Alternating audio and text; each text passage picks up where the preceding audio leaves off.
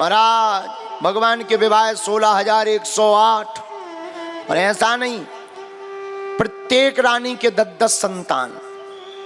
अब लगाओ 16,108 गुणा 10 बराबर 1,61,080। एक एक कन्या, और जब उन बच्चों की शादी हुई तो उनके 10-10 संतान है भाई। भगवान के परिवार की संख्या पहुंच गई 55 करोड़। ठाकुर जी भर का परिवार वंश, भगवान के वंश की संख्या 55 करोड़ पहुंची। तो एक विवाह तो कल हो गया भगवान का। कौन सा, किसके साथ में हुआ कल है? बोलो। रुक्मणी जी के साथ, बाकी और करवा देते हैं। भगवान का प्रथम विवाह तो एक रुक्मणी जी के साथ हो गया। आहा, एक राजा था सत्राजित, उसके पास में मणि थी। भगवान ने एक दिन मांगी, उसने मणि नहीं दी। राजा के भाई का नाम था प्रसेन। एक बार मणि पहन करके वह प्रसेन जंगल में गया, जंगल में शेर से सामना हो गया। राजा का भाई मारा गया और शेर ने उस चमकती हुई पत्थर की मणि को ले लिया। लेकिन सिंह का भी युद्ध हुआ। किससे? एक जामवंत से, रीछ से। उस सिंह का भी शरीर शांत हो गया जामवंत के युद्ध से। जामवंत जी ने शेर को मारा और जो चमचमाता हुआ पत्थर लिए थे उसको लिया। उन्होंने सोचा हमारी बेटी है, हम अपनी बेटी को ये पत्थर दे देंगे, चमक रहा है। थी तो मणि। पत्थर लेकर के जामवंत जी आए और जामवंत की पुत्री का नाम था जाम्बवती। अच्छा एक बात और, ये कौन जामवंत जी है? ये कोई नए जामवंत जी नहीं है। राम अवतार के ही वही जामवंत जी हैं जो हनुमान जी को सलाह दे रहे थे, जो राम जी के मंत्री थे। वही जामवंत जी अभी भी जीवित हैं। कौन? जामवंत के वचन सुहाए, जामवंत के वचन सुहाए, सुनि हनुमंत हृदय अधिभाए, सुने हनुमंत हृदय अधिभाए। जामवंत के वचन सुहाए, जामवंत के वचन सुहाए, सुनि हनुमंत हृदय अधिभाए, सुने हनुमंत हृदय अधिभाए। आहा, ये वही जामवंत जी हैं जो हनुमान जी को शिक्षा दे रहे थे। हनुमान जी जिनसे पूछ रहे थे, जामवंत में पूछा तो ही उचित सिखावनो दीजो मोही, उचित सिखावनो दीजो। जो सत्राजित नाम का राजा था, कई दिनों तक जब भाई वापस नहीं आया तो राजा ने मन में सोचा, हो ना हो हमारे भाई का वध द्वारकाधीश भगवान कृष्ण ने करवा दिया। क्यों? मणि के लालच में भगवान के ऊपर झूठा कलंक लगा दिया। लेकिन राजा ने किसी को बताया नहीं, क्योंकि प्रमाण नहीं था। लेकिन राजा ने अपनी पत्नी को बताया। लेकिन पत्नी को बताते समय राजा ने कहा भी कि सुनो देवी, किसी को मत बताना, क्योंकि अभी कोई प्रमाण नहीं है। पर रानी मानी नहीं। रानी ने अपनी दासी को बताया, दासी ने अपनी सहेली को बताया, सहेली ने अपनी सहेली को बताया। पूरे नगर में हल्ला हो गया कि भगवान ने राजा के भाई को मार दिया। भगवान पर कलंक लग गया। कलंक लगा तो भगवान कलंक छुटाने के लिए वन में गए, जंगल में गए। भगवान तो अंतर्यामी सब जानते। एक जगह मरा हुआ घोड़ा, मरा हुआ एक शव पड़ा था। भगवान पहचान गए, ये सत्राजित के भाई प्रसेन का शव है। वहीं पद चिन्हों पर चलकर आगे बढ़े तो एक सिंह मरा हुआ डला था। और आगे पद चिन्हों पर बढ़े तो जामवंत जी की गुफा में पहुंच गए। जामवंत जी की गुफा में पहुंचे तो जामवंत जी तो थे नहीं। जामवंत जी की पुत्री जाम्बवती उसी मणि से खेल रही थी। इतने में जामवंत जी आए। भगवान का और जामवंत जी का युद्ध होने लगा। बोलो सीताराम। महाराज 28 दिन तक भयंकर युद्ध हुआ भगवान का और जामवंत जी का। जब भगवान ने मुक्का मार मार जामवंत जी के नट बोल्ट ढीले कर दे और 28वें दिन भगवान ने बड़ो सो मुक्का बनाओ और जहां जामवंत जी पे मारना चाहा सोई जामवंत जी हाथ जोड़ के बोले महाराज अब ना मारो, हम पहचान गए राम ही घनश्याम बन करके आए हैं। भगवान बोले मुक्का खाएं, अगर पहचानते हम पहले ही लगते तुम्हें। जामवंत जी बोले नहीं सरकार क्षमा करो। अच्छा जामवंत जी से राम जी लड़े क्यों? रावण जब मर गया, रावण का युद्ध हो गया तो साफ बानर आकर के बैठे, राम जी भी बैठे, अंगद दधिमुख के हरि, हनुमान जी, सब जामवंत जी आदि आकर के बैठे, सुग्रीव आदि, विभीषण आदि आकर के बैठे। आहा आकर सब विराजमान हैं तो सब अपने अपने बल का अनुमान बताएं। कोई कहे कि हमने 4 राक्षस मारे, किसी ने कहा हमने 10, किसी ने कहा 20। हनुमान जी से पूछा तुमने कितने? हनुमान जी बोले अनलिमिटेड, हमारी कोई गिनती नहीं है। बोले क्यों? बोले हमने सामू से भी मारे और पीछे पूंछ ने भी संघारे। अच्छा, बोले जय हो। लेकिन सब बानरों की नजर गई जामवंत जी के ऊपर। आहा हा, सभी बानर बोले जामवंत जी, जामवंत मंत्री अति बूढ़ा। हे जामवंत जी महाराज आप तो बूढ़े हो गए, आपने खाता खोलो, आपको श्री गणेश भाव एक आध राक्षस मरो। जामवंत जी बोले हमने नहीं मारा एक भी।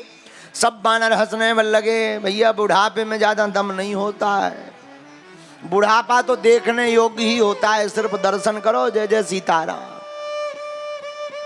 जामवंत जी को बड़ा बुरा लगा, राम जी की तरफ देख के बोले देखो सरकार हमारी कितनी हंसी हो रही है आपके रहते। भगवान बोले कोई बात नहीं, ज्यादा टेंशन मत लो, चिंता में मत रहो, एक काम करो। बोले क्या? इनको हंस लेने दो। दुनिया वाले तो लोगों की असफलता पर हंसते ही हैं, लेकिन जो राम जी के हृदय में बसते हैं वो असफल होने के बाद सफल होते ही होते हैं।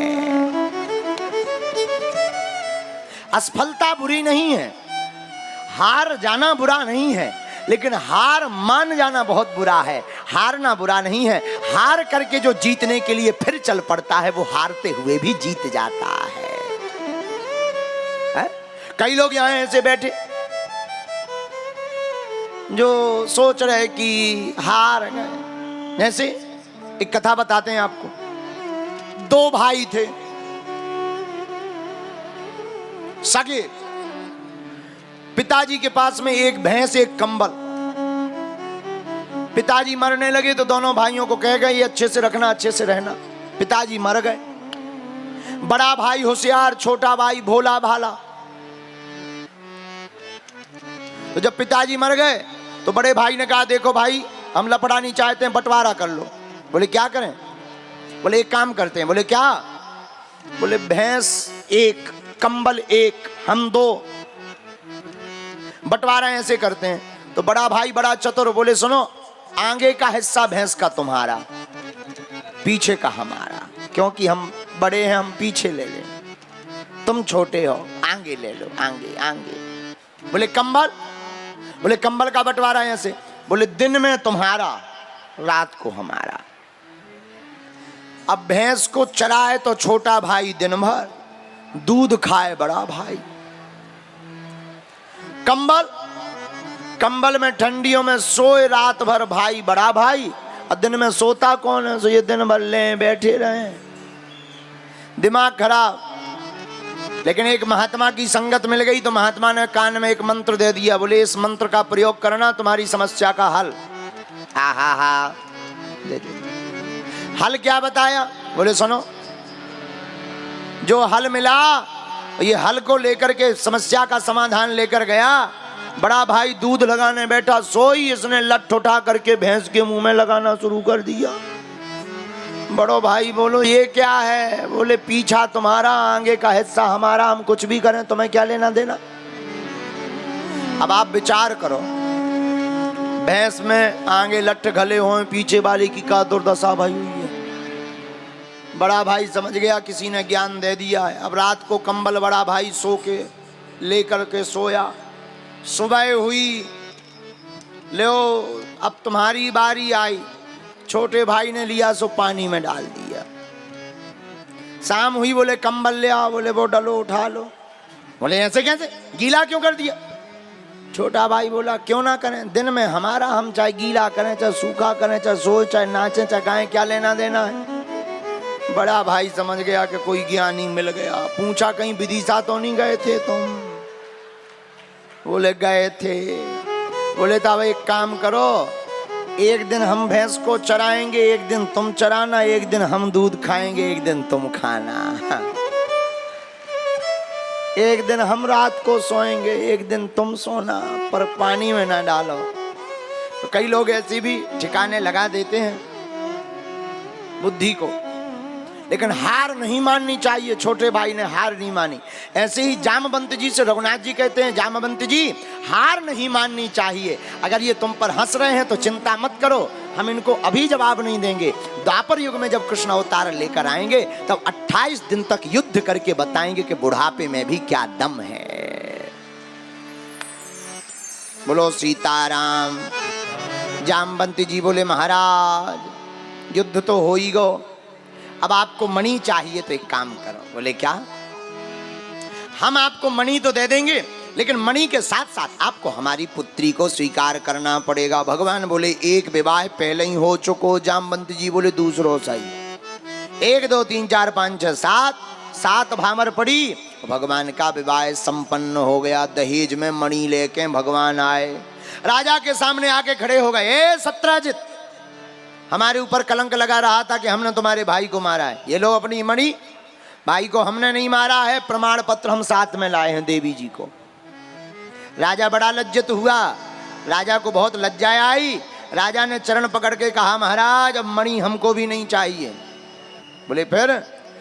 बोले महाराज अब तो हमारे एक ही उपाय है हमको क्षमा करने का। हमारे पास भी एक बिटिया है। क्या नाम है? महाराज हमारी बेटी का नाम है सत्यभामा। आप उसको स्वीकार करो और हमसे दहेज में मणि ले लो। भगवान बोले 2 हो चुके। राजा बोलो एक और सही। 1 2 3 4 5 6 7 7 भामर पड़ी हो भगवान का। तीसरा विवाह सत्यभामा जी के साथ संपन्न हो गया। बोलो द्वारकाधीश की जय। अब चौथा सुनो। भगवान अर्जुन के साथ में घूमने के लिए गए। यमुना जी के किनारे घूम रहे थे भगवान। इतने में देखा कि एक देवी जी ध्यानस्थ बैठी हैं। अर्जुन जी से कहा भगवान ने जाओ पूछो किस लिए बैठी हैं। अर्जुन जी गए, कौन हो देवी, किसका ध्यान कर रही हो? तो वो देवी जी हाथ जोड़ करके बोली अहम देवस्य सवितुर्दुहिता पति मिच्छति विष्णुं वरेण्यं वरदं तपः परमं स्थिता। महाराज मैं सविता की दुहिता हूँ, मेरा नाम है कालिंदी। भगवान विष्णु को, ठाकुर जी द्वारकाधीश को मैं पति के रूप में पाना चाहती हूँ। अर्जुन जी बोले देवी जी तुम्हारी तपस्या सफल हो गई बेखड़े। तुरंत चरणों में आई महाराज हमें स्वीकार करो। भगवान बोले 3 हो गए। देवी जी बोली महाराज एक हम यहाँ स्वीकार करो। फिर क्या 1 2 3 4 5 6 7 भामर पड़ी। भगवान का चौथा विवाह भी संपन्न हो गया। बोलो दूल्हा सरकार की जय हो। अब 5वां सुनो। उज्जैन के राजा थे, एक का नाम बिंद एक का नाम अरविंद, दोनों सगे भाई। इनकी बहन जिसका नाम था मित्रविंदा, भाई राजनीतिक लाभ लेने के लिए अपनी बहन का विवाह दुर्योधन से करवाना चाहते थे। बरमाला का कार्यक्रम रखा, स्वयंवर, सब राजा आए। बिंद और अरविंद ने कान में अपनी बहन को कह दिया सुनो ये माला तुम्हें डालनी ही है तो विवाह के लिए तुम दुर्योधन के गले में डालना। लेकिन मित्रविंदा तो भगवान कन्हैया के नाम की माला जप रही थी। तो उस स्वयंवर में भगवान भी आए। माला डालनी थी दुर्योधन के गले में, लेकिन मित्रविंदा जी ने माला डाल दी कन्हैया जी के गले में। लियो 4 के बाद 5वां 1 2 3 4 5 6 7 भामर पड़ियो भगवान का 5वां विवाह भी संपन्न हो गया। बोलो दूल्हा सरकार की। 6वां सुनो। एक राजा थे कौशल नरेश, जिनका नाम था नग्नजित। इनकी बेटी का नाम था सत्या देवी। राजा बड़े गुणज्ञ ज्ञानी। राजा ने प्रण लिया कि जो एक रस्सी से 7 बैलों को नाथ देगा उसके साथ हम अपनी बेटी का विवाह करेंगे। बड़े बड़े योद्धा, बड़े बड़े बलवान आए। 7 बैल बड़े बलवान बलिष्ठ बैल एक रस्सी में बांधना चाहा, पर बैलों ने सींग मार मार के काऊ की हड्डी तोड़ दी, काऊ की पसली तोड़ दी, काऊ को मुंह फोड़ दो, काऊ को खपाड़ फोड़ दो। गए थे ब्याह करवावे, हड्डी तोड़वा क्यों और आ गए। फिर क्या, भगवान को पता लगा। भगवान बोले ऐसे काम करने में हमें बड़ा आनंद आता है। सोई भगवान वहां पहुंच गए और देखते ही देखते हाथ में रस्सी लेकर के भगवान ने एक क्षण में 7 बैलों को नाथ दिया और 1 2 3 4 5 6 7 भामर पड़ी भगवान का सत्या देवी के साथ विवाह संपन्न हो गया। बोलो दूल्हा सरकार की जय हो। लो जो भी निपट गो। अब 7वां सुनो। बसदेव जी की एक छोटी बहन थी श्रुतकीर्ति। भगवान से बड़ा प्रेम करती थी, भगवान कृष्ण से। उनकी एक बेटी थी जिसका नाम था भद्रा। श्रुतकीर्ति जी ने सोचा भगवान से हमारी घनिष्ठता कैसे हो, भगवान से नाता कैसे जोड़ें, क्या उपाय है। एक उपाय समझ में आया। क्या, अपनी बेटी का विवाह करने का संकल्प ले लिया और भद्रा देवी का विवाह भगवान कृष्ण के साथ करवाया। 1 2 3 4 5 6 7 भामर पड़ी भगवान का 7वां विवाह भी संपन्न हो गया। बोलो द्वारकाधीश की। अब 8वां और सुन लो। एक बार भगवान ने ऊपर चक्र में घूमती हुई मछली की आंख में नीचे उसका प्रतिबिंब देख करके लक्ष्य का भेदन किया।